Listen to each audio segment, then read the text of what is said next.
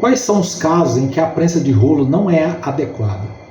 A prensa de rolo não é adequada para os materiais que são pegajosos, porque esses materiais possuem uma maior aderência nos moldes, prejudicando a extração desses materiais. Cite e explique os 4 estágios dos processos de briquetagem em uma prensa de rolos. Os 4 processos da prensa de rolos são preparação, mistura, compressão, tratamento térmico ou endurecimento. A primeira etapa é a preparação, que ela visa definir as características de compactação do material e o tipo de equipamento.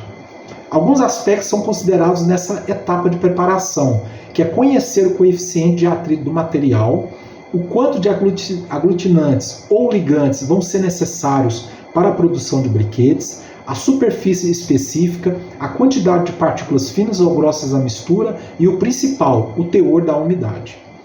A segunda etapa, que é a mistura, que é bastante relevante no processo, é necessário que o aglutinante seja uniformemente distribuído em toda a superfície do material, que experimentará a briquetagem. Nessa etapa, a gente tem que perceber, tomar a atenção do tempo de resistência da mistura e ver se essa mistura seja suficientemente seca, pois se ela não for suficientemente seca, há expansão dos gases causando fraturamento nesses briquetes.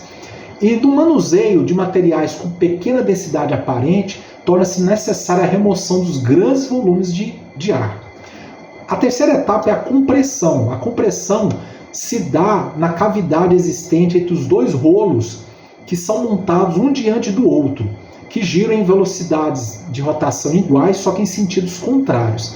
Nessa etapa, há a formação de 2 tipos de aglomerados. Nos rolos de superfície lisa são formados os aglomerantes de forma tabular ou barra, denominados tabletes. E quando a superfície dos rolos são de cavidades ou moldes, são denominados de briquetes.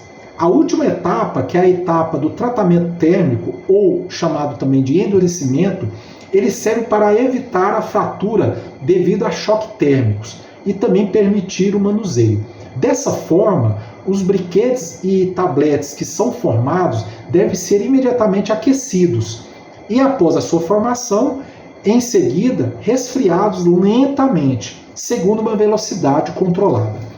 Então, dessa forma, apresentamos aqui, os 4 estágios dos processos de briquetagem de uma prensa de rolos e também dissemos o porquê que não utilizamos a prensa de rolo em materiais pegajosos.